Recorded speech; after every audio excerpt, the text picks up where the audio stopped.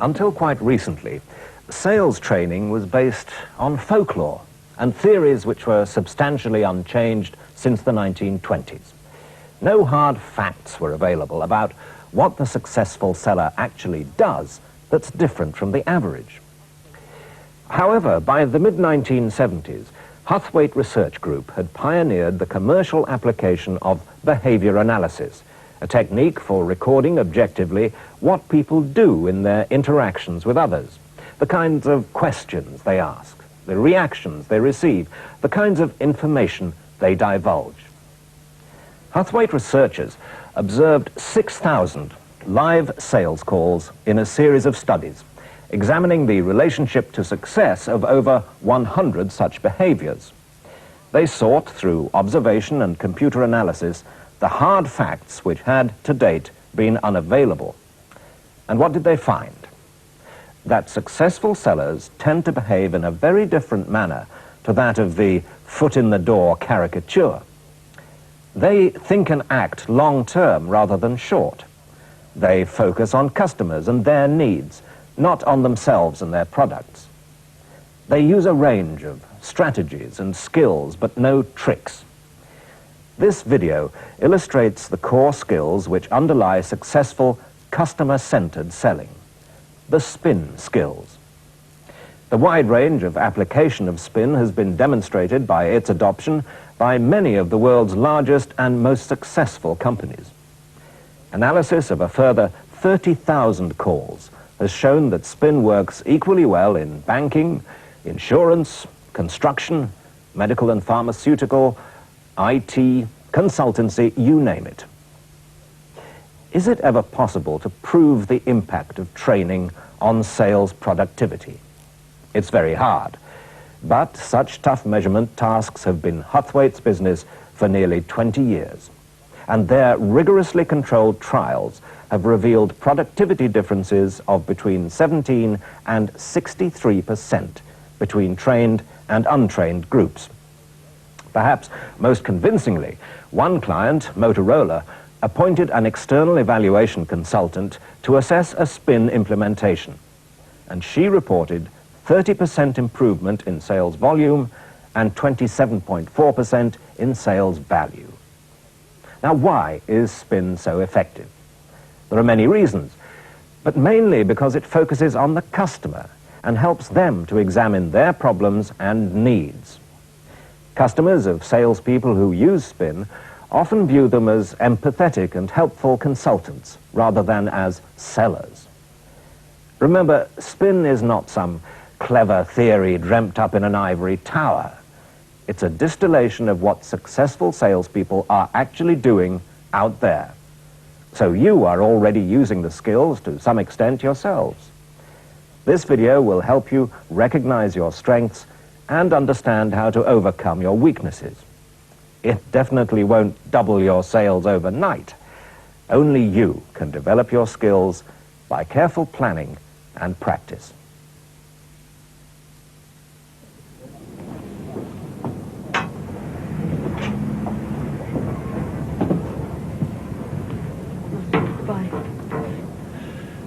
Good afternoon. Good afternoon. John Swan, King Office Automation, here to see Mrs. Sutherland. Right, I'll try her number for you. Wish me luck. Yeah, up to the usual form. These phones. Pigeons will be faster. Take a seat for a moment. Oh, thanks very much. Do you get many problems with your telephone? All the time. It's getting worse, too. Good afternoon, HBK. Angela Sanderson speaking. How may I help you? Ah, Mr. Peters. Sorry, what plumbing? Oh, yes, I can hear it now you come to mention it. Let me put you through to Michael Smith. Mr. Peters for you. Angela, can I use your phone a moment, please? Yeah, sure. Have you seen Man in the Moon yet? No. Angela, David Robb's been trying to get through to me for the past 2 hours. Oh. I'm off to meetings, so could you call him and apologise? Fine. I'll try to get him. 5:30. No way. No. Shall I meet you at the cinema? Let me try Mrs. Sutherland again for you. Well, you ready some crown? John Swanking to see you, Mrs. Sutherland. No, that's Swan. John Swan. It's... Yeah. Oh, John Swan, King Office Automation Limited. Sorry, the writing's a bit close together. No, don't worry about it. It's been that sort of a day.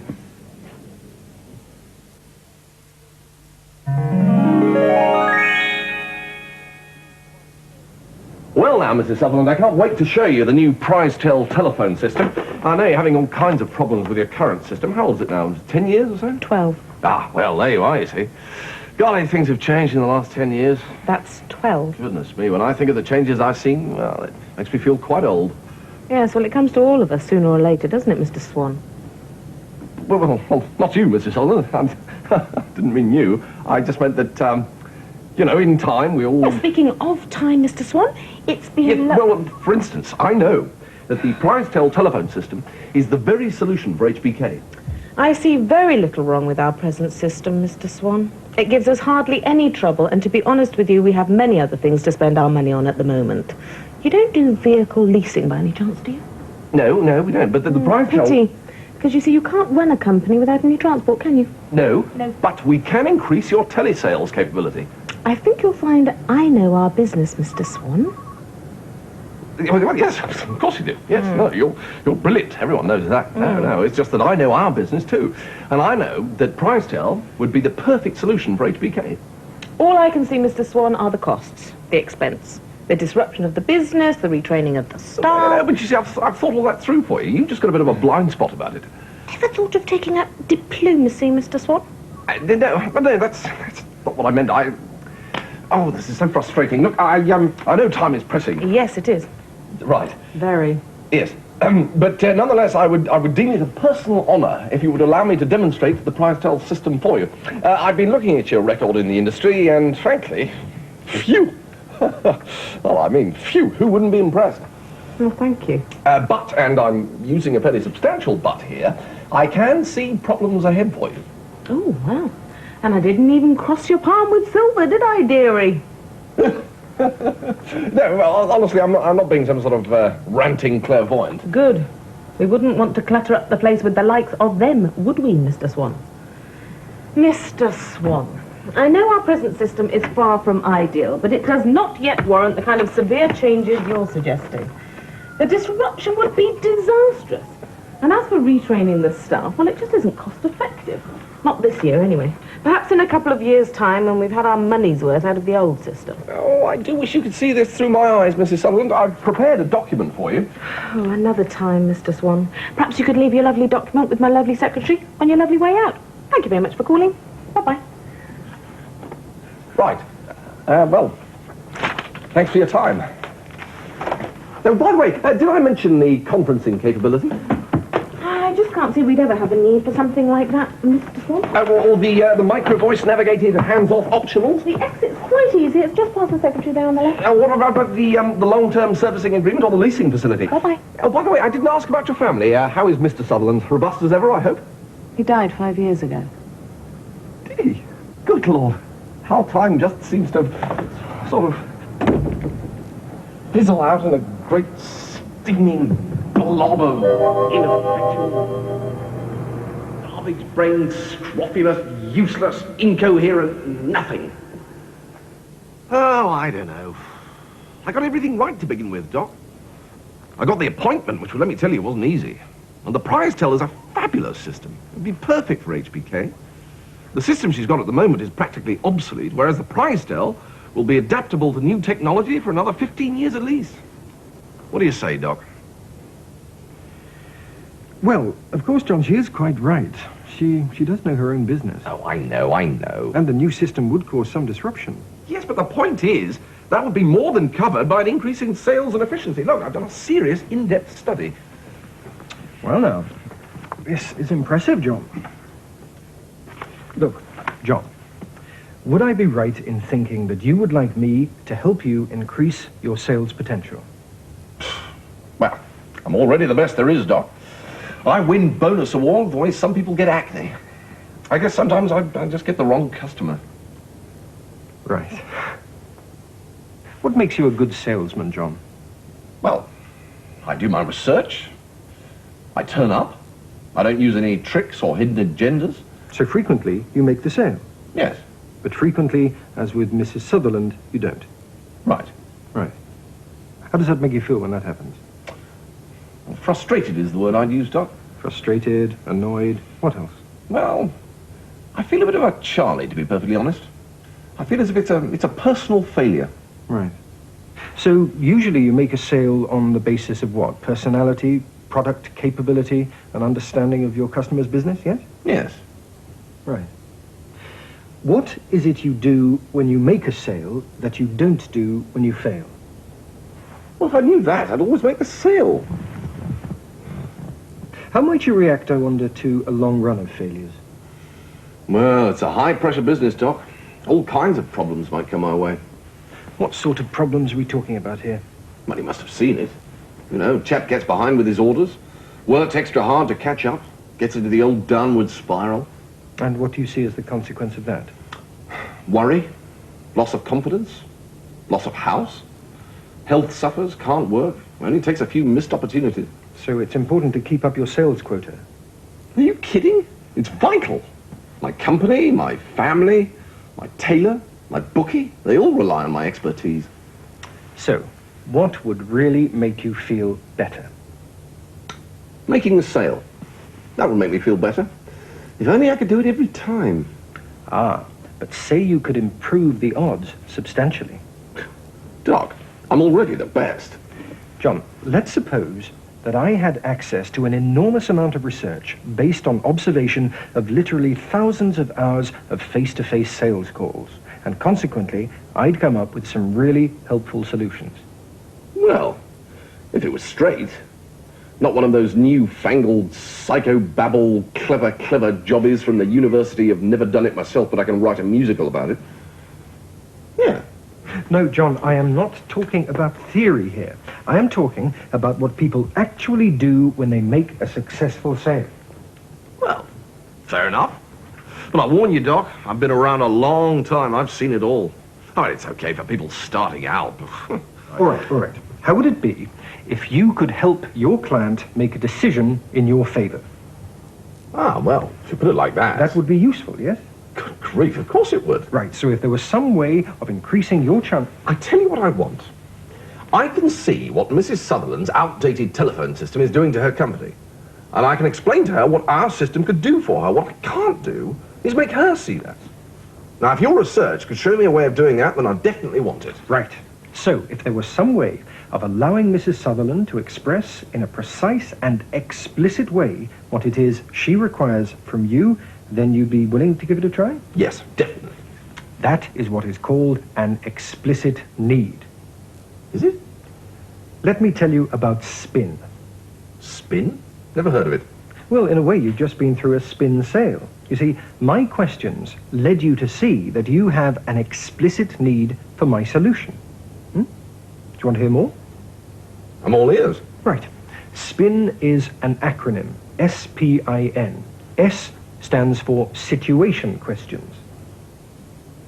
Situation questions? Yeah, like how many employees do you have? How many telephone lines are there? That sort of thing. In other words, the very starting point of the conversation. Now, P is for problem questions. Fire away. Right. For instance, does your current volume of business ever cause the system to overload? How happy are you with the size of your telephone bills at present? Oh, and there was that one you yourself used in reception, remember? Oh, these phones. Pigeons will be faster. Take a seat for a moment. Oh, thanks very much. You get many problems with your telephones? All the time. It's getting worse, too. Problem questions. Understood. Right. Now, problem questions. They're designed to draw out information about difficulties, dissatisfactions, and concerns to reveal any implied needs that your customer may have.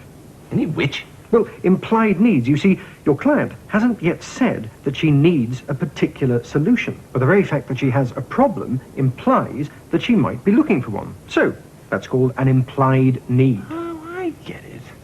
So, you ask all sorts of stuff about the nuts and bolts of the company, then you check to see how happy they are with the situation, and any dissatisfaction you pick up is an implied need. You have got it. Good. See, in a way, you have to be a sort of a bit like a doctor. Find out where it hurts. Ow! Right, yes. And so I suppose I've got to see the problems from her point of view. No, you've got to get her to see the problems from her point of view. Ah, yes, of course. What about some examples? Right, an implied need. The current system often gets overloaded. Don't talk to me about telephone bills. They've rocketed. If I need to send an internal message, it's sometimes quicker to give it to the tea lady so she can pass it on her rounds. That sort of thing. Got it. Right. Want to give it a try? Why not? Right, now, Mrs. Sutherland, do you mind if I start off by asking you a few situation questions? Not at all, Mr. Swan, whatever they might be. Thanks. Well, first of all, how old is your present telephone system? About 12 years. And your business has expanded rapidly in the last few years. Yes. So, how many employees now? A couple of hundred? About 100 in sales, 250 in technical support. And how many of them regularly need to use the telephone? Difficult to say, really. All of our telesales staff, of course. And you're based in the southeast? Let's explore that question together, shall we, Mr. Swan? Are we or are we not actually sitting in our HQ now as we speak?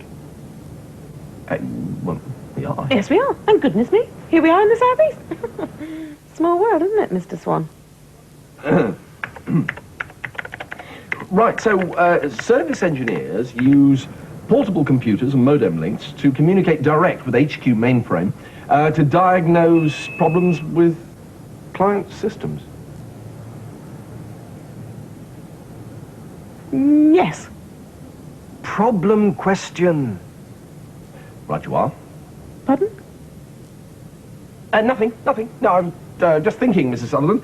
Does your present volume of business occasionally cause your system to overload? Nice little problem question there. Sometimes, yes.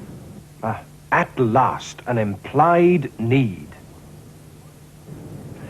You will notice from our brochure that the PrizeTel system can supply you with an extra 750 lines. Not yet! Not yet! I'm sorry, Mr. Swan, but I think I've explained to you before, I really do not see the advantage to me of disruption and expense purely to put in a few extra lines. Well, it's basically a question...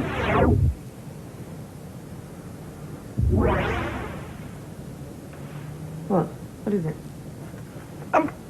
You just excuse me for a second. What?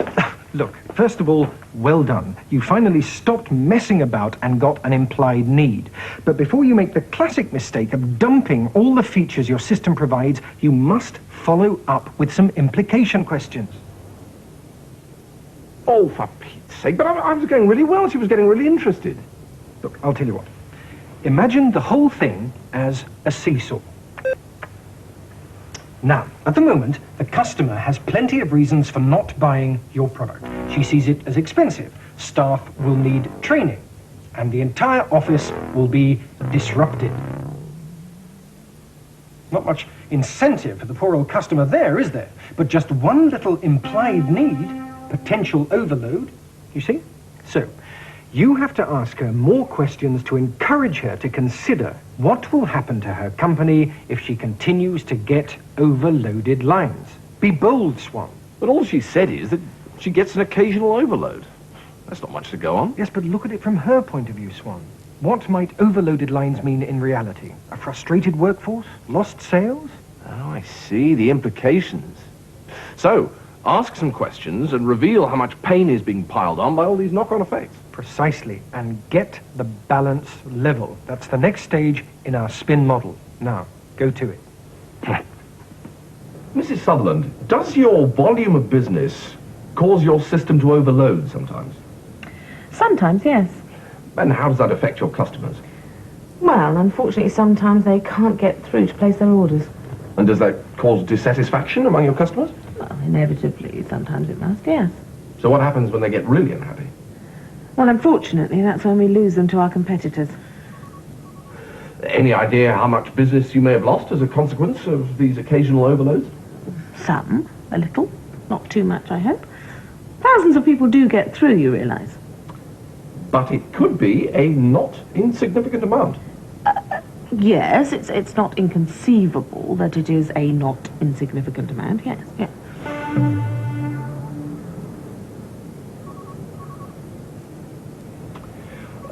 say that as a result of an overload, your telesales people might be unable to get through to a potential client.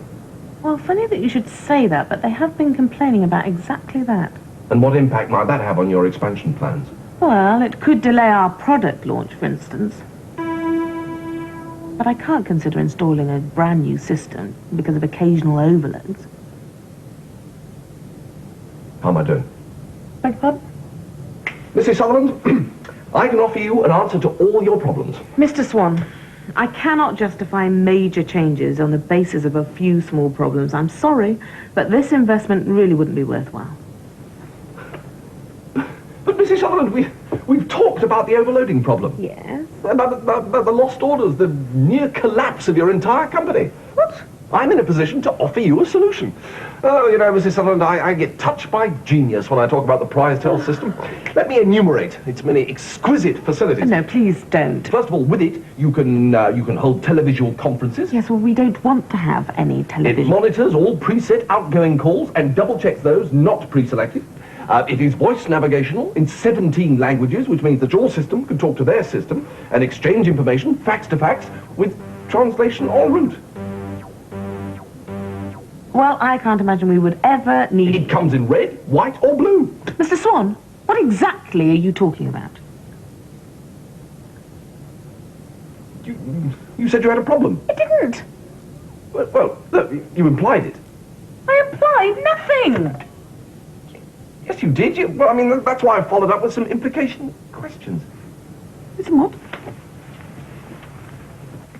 You were doing so well. So what did I do wrong that time? No, you were doing fine. You asked situation questions, problem questions, produced implied needs, and revealed a whole pile of pain by asking implication questions. Look at the seesaw. Overload. Lost sales. Frustration. So, what should I have done next? More questions. You were doing well, but you have to be much braver and much more patient. No matter what you're selling, from cars to medical screening, you have to help your customers to realize for themselves that they do need what you have. Well, wasn't I doing that? Yes, but you must allow them to do their own thinking. Mrs. Sutherland is a responsible manager. She's got jobs to protect, profits to maintain. This decision to replace her telephone system is only one of many she'll have to make in the course of a year. She's not going to rush into it. It has to be right. I see. So I have to go more slowly. She won't be interested in my telephone system until she's absolutely clear in her own mind that she will positively benefit by having it. I couldn't have put it better myself. Now remember, a model is called SPIN. N is for need payoff questions. Questions which you ask once you've uncovered a lot of discomfort and your customer has built up a high level of dissatisfaction with her present situation. They help you to relieve the pain. Want a few examples? Yes, please. Right. Need payoff questions might go something like this. Would it help your business to expand if line overload were to be relieved? What would you see as the main benefits of a system that had greater flexibility? Or if there were a way to accommodate more incoming and outgoing calls, could this also contribute to an increase in customer satisfaction? Got it. So what are we after with these questions? Explicit needs. Hang on, that rings a bell. So, if there was some way of allowing Mrs. Sutherland to express in a precise and explicit way what it is she requires from you, then you'd be willing to give it a try? Yes, definitely. That is what is called an explicit need. You see, they are exactly what they say. Explicit. Your customer says what she wants from a telephone system and how it will benefit her. Now, what... No more chat. Time for you to go and try it out for yourself.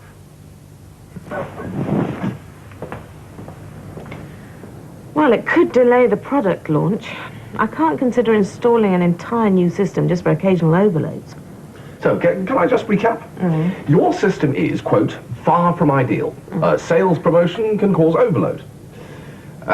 Some customers can't get through, take their orders elsewhere, and you lose a not insignificant amount of business. But at the same time, because you haven't got enough lines, your telesales staff can't call out frequently enough, and so lose sales. So the staff become frustrated. So as well as losing a not insignificant number of sales, you also risk losing valuable staff. Now, do you train your staff here? We do. So losing them would be expensive. Certainly. Now, how do you think your sales team would react if line overload were to be relieved? Mr. Swan, there would be dancing in the street. Now, do you think there would be any other benefit in having extra line capacity? Well, we could consider the option of teleselling in Europe.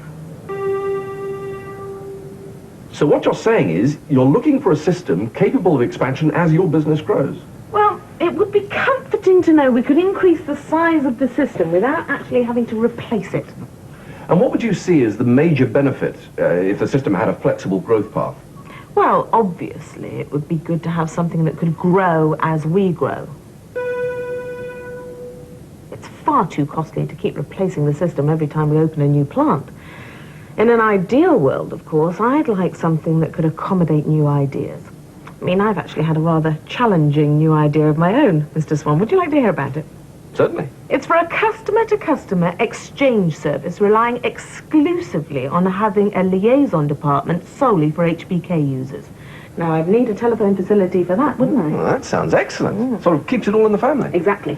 Now, if you were able to cut down on personal calls, might that also contribute to an increase in efficiency in the company? Oh, Mr. Swan, you've hit upon one of my own personal crusades here.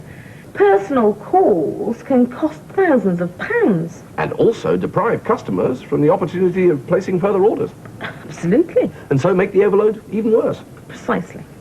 So, are you saying then that your objectives are to eradicate overload and thereby increase profits, sales and inquiries, cut out misuse, start a European telesales centre and be flexible enough to incorporate future ideas without total replacement, increase efficiency and reduce bills? In a nutshell, Mr. Swan, yes. That is exactly what I want.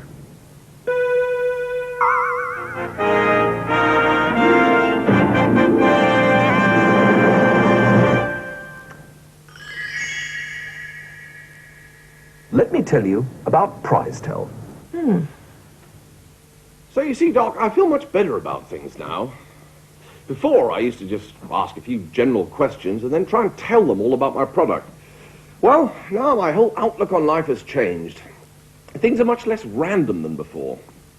It's all in the questions one asks, you see, and when you ask them. So, how many employees now? A couple of hundred? About 100 in sales, 250 in technical support. Mrs. Sutherland, does your volume of business cause your system to overload sometimes? Sometimes, yes. Any idea how much business you may have lost as a consequence of these occasional overloads? Some. A little. Not too much, I hope. Thousands of people do get through, you realise. Now, how do you think your sales team would react if line overload were to be relieved? Mr. Swan, there would be dancing in the street.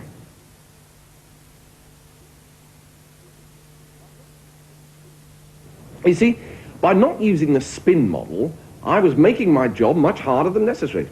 Well, now I'm up for a much easier time. Why get in my own way? No, I'm going to start being extra good to myself. I deserve it.